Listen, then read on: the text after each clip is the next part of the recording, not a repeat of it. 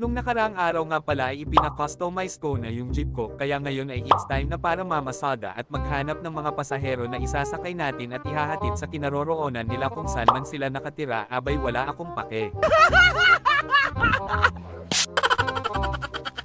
Nakapagbihis na nga rin pala ako ng pang jeepney driver na damit, alangan naman kasi na nakapang sosyal ako na damit. Saan ka ba nakakita ng ganun na jeepney driver na kapang kasal yung damit eh?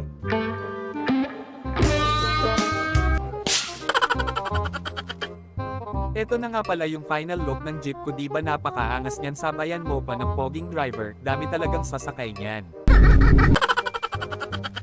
Nandito nga pala muna ako tumatambay at nagpapahinga muna para makapagbiyahe ako mamaya ng maayos, baka bigla kasi ako antukin eh. Pero tapos na din naman ako magpahinga, kaya ready to go na tayo para makapaghanap ng mga pogi at magagandang mga pasahero. Okay. Maglilibot-libot lang ako dito sa Anonymous City para makahanap tayo ng pasahero.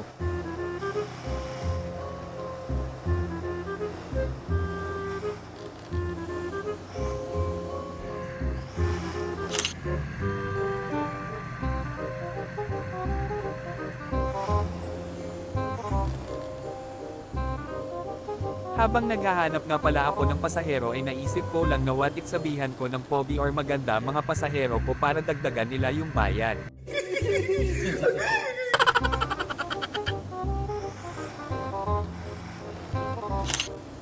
Sa kalagitnaan nga pala ng paghahanap ko ng pasahero ay may nakita na akong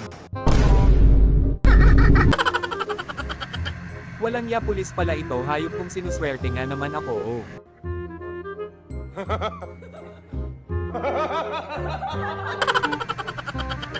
Acting muna ako na marangal na jeepney driver, baka kasi mahalata ako neto. Alam ninyo naman na isa talaga tayong carnapper na tao.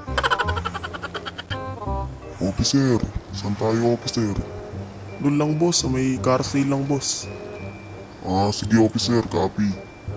Sige boss. Pero di naman ata ako paghahalataan netong pulis na sakay ko ngayon dahil kakalapag ko nga lang dito sa Anonymous City, hindi pa naman ata ako kilala ng mga kapulisan dito. Pero syempre kailangan pa din mag-ingat dahil pulis itong sakay ko ngayon, baka hulihin ako neto bigla dahil bonak ako magpa-drive eh.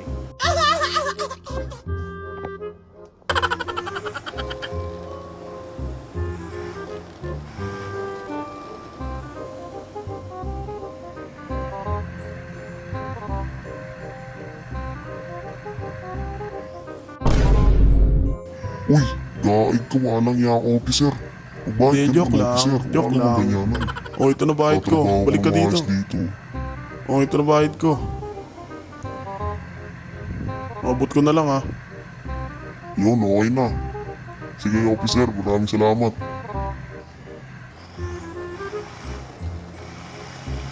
So yun, nahatid ko na si officer, kala ko magwa 1, 2, 3 pa si officer eh.